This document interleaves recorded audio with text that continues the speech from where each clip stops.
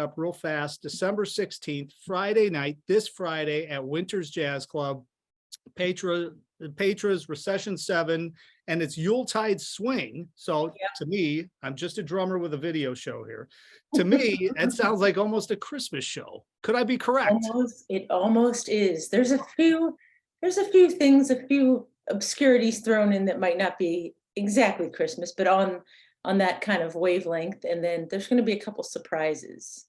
I'm just going to say somebody in the band might be wearing a Santa suit at some point.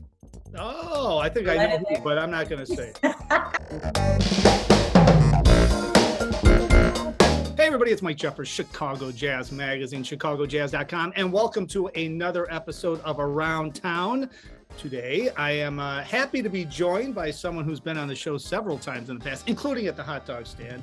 Petra van Nuis is here, and she has, as usual, her and her husband are like the hardest working people in Chicago show business. They've got gigs flying, they've got recordings coming out. So we're going to talk all about that real quickly here on Around Town.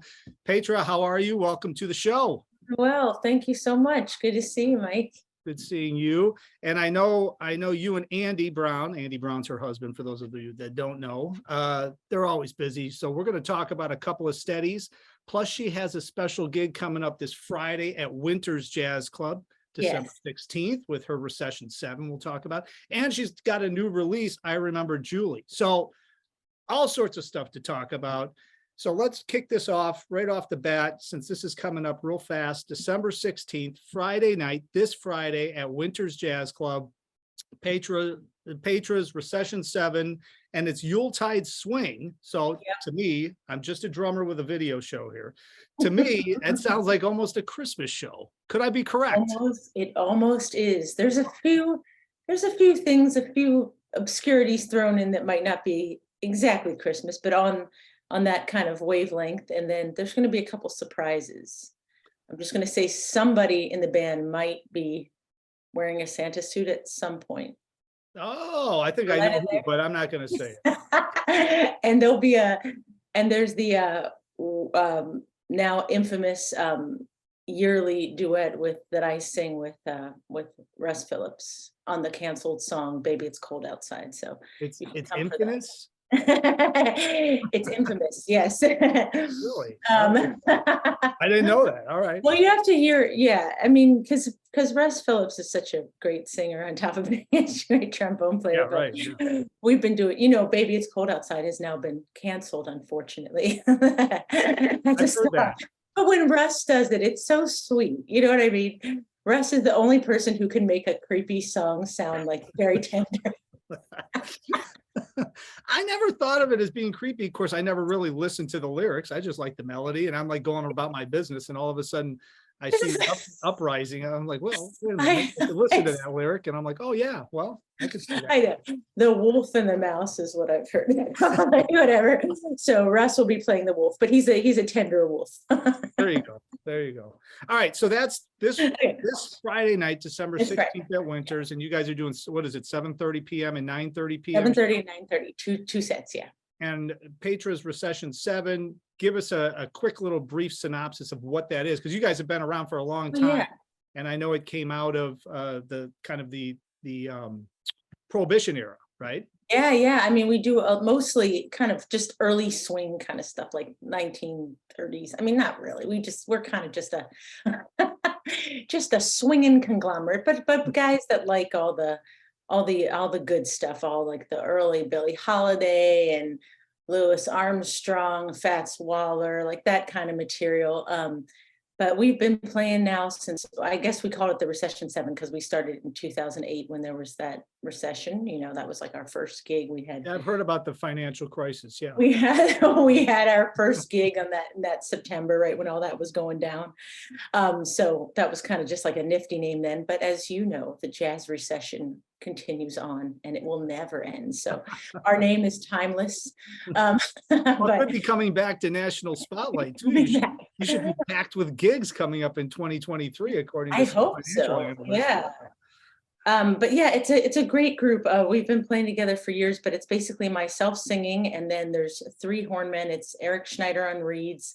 Russ Phillips on the trombone and vocals, and Art Davis on the trumpet, and then my husband Andy Brown on guitar, Danny DiLorenzo on the bass, and Bob Rummage, your buddy, on the drums. Yeah. So, yeah, it's a real swinging group. We always have a fun time. It's kind of just like a big party every time. We're always laughing, and it's just I love all those guys. They've really inspired me. So it was just my reason to put together the band, was just to learn something. Basically, if you listen to all those solos, in a row, you got to pick up something from it. So their musicianship has rubbed off on me, and it's fun. Oh, and they're all killing musicians, and the fact that you could get all of them together for a gig is shocking, because they're working constantly. So I know it is a challenge sometimes to book that band, because it's like basically that band too is kind of like we've morphed. We've had different members in and out, and there's kind of maybe like a few auxiliary members, I'll say, that we can always make something work with 7 bodies on the stage who are kind of in this genre. But the Yuletide Swing will be the total, the group, the 18. So yeah. Well, that's going to be great. So that's this Friday, December 16th, Winters Jazz Club. Of course, wintersjazzclub.com for tickets. They actually have ballet now too. All that information's on the website, and petrasings.com. It's all there as well. Okay, so since we're moving quick through here and you have so much stuff going on, usually I'm just talking to somebody about one thing, maybe 2. We're talking about like 4 things plus whatever else is happening. So let's move on. You're also playing some steadies. Steady gig every Saturday at Le Piano with Dennis Luxian. That's from 11 p.m. until 1 a.m. And of course, that's at 6970 North Glenwood, right up there in Rogers Park. Chad's place up there. Chad Willett, great percussionist himself, an entrepreneur. So you're there every Saturday, and that's going to run through January, I would assume, or run till the end of time, basically, is what I'm saying. All right, so that's up there, and that's a great place to go have a nightcap. It's a great place if you live close to there. If you haven't been there, I totally encourage you to go. It's a real warm, welcoming place. You can go there by yourself. You don't have to worry about going with people, because it's just a chill place. You can hang out, have a drink, and listen to Adrian Dennis, right? Yeah. It's gorgeous. We play all nighttime, like kind of cool nighttime tunes, ballads, and it's pretty. We're the afterglow, so it's like after all the madness has happened, we're the come down. And you can lay under the piano if you like. There's some pillows and stuff on the piano, so you can listen from there and take a nap even if you want. I've done it. There's actually a video of me lying under the piano shooting. I did it around town from up there, like before way before the pandemic. And yes, I lied under the piano, and I filmed. So I digress, but it was interesting. It's definitely something that you will not hear anywhere else unless you're underneath that piano. Yeah, and the piano is beautiful, and Dennis Luxian is just the best, the world-class pianist, beautiful player. So when you hear him from under the piano, it's just so resonant. It's beautiful. So yeah, it is. Yeah, well, anytime you hear Dennis, even if you're not under the piano, it sounds great. So exactly. And then, of course, not to be outdone here, now you have Wednesdays and Sundays at this Hemmingway's Bistro in Oak Park. I know exactly where that is. That's 211 North Oak Park Avenue, but I've been there before, way back before the pandemic. And you are doing Wednesdays there with Andy Brown. Yeah. What is it, 6 to 9? 6 to 9. And then you're doing a Sunday brunch with Andy Pratt, and you're there. What are the hours on that one? That's 11:30 to 2:30. And I love that place. There's no TVs. I always start with that because it's hard to find places these days. It's kind of like an old school bistro back when we were coming up, when there were places that were just like a nice restaurant, but cozy and casual, but good food, classy, no televisions, nice atmosphere, good service, good food, nice bar. What more can you ask, and that appreciate live music. They've been having live jazz there for almost 20 years. So yeah. That's why I know the place. I can't remember who I went and saw, but it's Rose Colella had the gig for many years, but she moved out of town. So I used to fill in for her like several times a month. So I've been playing there also for almost 20 years. So so I've known the owners, and they're really great people. So you're only 30, so it's really weird. I know when I started the gig, it's just You were just getting out of grammar school and going on to play Exactly. the UK. It's amazing. It's just like me. All right, so you've got that. Now you have nothing going on Mondays and Tuesdays. Very disappointing, Petra. I can't believe it. What is it? No, I mean, you're probably playing the most out of most people in town, and you always have been. So it's outstanding. You always do a great job, but you also bringing music into these places, as you know. Yeah, Sometimes you have to talk to them, and sometimes you have to say, hey, why don't we do this? Why don't we do that? It only helps their business. And I agree. when it's done correct, well, when it's done correctly, like you do. So, I mean, I'm glad you're out, you're moving. I mean, coming out of the pandemic, a lot of people sat home, but I know you never sat home, and No. you kept things moving along. And so, all right, so let me recap. You've got this Friday, Winters, and then every Saturday night, 11 p.m. to 1 a.m. up there at Le Piano. And then Wednesdays, 6 to 9, and Hemmingway's Bistro, 10:30 to 2. Yes. Oh, man. 10, oh, sorry. Hemingway's Bistro, 11:30 to 2:30. I'm sorry. 11:30 to Sorry, I was hearing the 2:30. doorbell ringing. Andy's getting our snow blower has arrived. Oh, good. Well, we We're don't an need that. electric snow We blower. won't need it. We won't need it. I hope we will. Now Don't jinx that we bought the thing, we're gonna use it. All right. And then, as I said, you're always busy. Now you've got this brand new recording out called Lonely Girl. I Remember Julie. Yes. And of course, it's a tribute to Julie London. So let's talk a little bit about this. When did you start recording this during the pandemic? Kind of. I'm trying to remember. I think it was maybe I don't remember. Time and space have all gone out the window, as you know, since the pandemic. Who knows? But what I will say about it was, I think it was kind of close to who knows when and if the whole pandemic is begin or end. But I think it was not exactly during a lockdown, but during at some point of it. But we had been doing all these live streams in our basement, as you well Yeah. recall. We talked about this early in the pandemic. So we got really good at like self-recording, so we just we recorded this album ourselves in our basement, which we've never done before, always gone to a studio. But because we had done all this work on recording for YouTube and all this stuff, we've gotten kind of decent at it.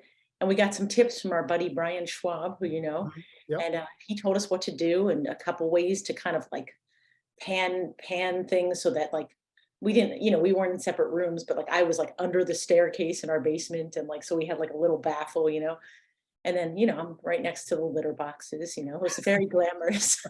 But anyway, so we recorded it down there, and we kind of just did it there because we had this Japanese company that has re-released our other albums. They're in Japan, but what they mostly do is re-release recordings, both like old kind of famous recordings and then newer people of today. And so they had found me years ago, and like, oh, we've done about like 5 or 6 different CDs with them, but they were like, we want you to make a Julie London recording, because in Japan, I guess Julie London is very well received. They love Julie London, and they particularly love this album called Lonely Girl, which is just Julie London with just the guitarist Al Viola. So Mhm. it was their suggestion, like, can you kind of like recreate this album, like, since you and Andy are together, and since it is the pandemic and you've been doing these recordings, like, can you just record this like in your house? And I was like, okay, I was like, we'll try, you know what I mean? I've never done that, but so we did it for them, and then it ended up that I was just going to have it just be in Japan, but then I liked the recording, and they were like, if you want to release it in the States or whatever, the rest of the world, you can, because they only have the rights for it in Japan. So Okay. they were like, you can re-release it. Like, so I just basically had a new cover made and just kind of re-released it here. So they're putting it out in Japan. I mean, is there Yeah. like do you have like a fan base in Japan? Strangely enough, I think we kind of do, especially Andy, because like we've re-released all of our CDs there, but especially like his solo CD, like sold really well in Japan. So I don't know. They like the kind of singer that I am in Japan. Like I have kind of a quiet, like intimate voice, and they kind of enjoy more of that style. Like their favorite singers in Japan are like Julie London and Blossom Dearie and like Helen Merrill, and Okay. kind of more like tender and mellow. So they kind of gravitate towards those kind of singers. So some of the stuff that the people that this company records of today are people that have kind of more of that kind of voice. Like their biggest seller in this this company is this woman, Diana Panton. I don't know if you've ever heard of her. She's in Canada, but she kind of has also kind of like a very quiet, kind of tender, more intimate sound. So that seems to be the style. So like, I think maybe in some ways I do like better in Japan than here because they like that. Yeah, I was gonna say, I mean, you guys should plan to go over there at some point. I know. We were talking about it right before the pandemic. Like we were trying to organize with them, like possibly coming, but now maybe we'll reignite the efforts to start that up again. I just haven't even thought about any of that, but Yeah, especially Andy, they dig Andy.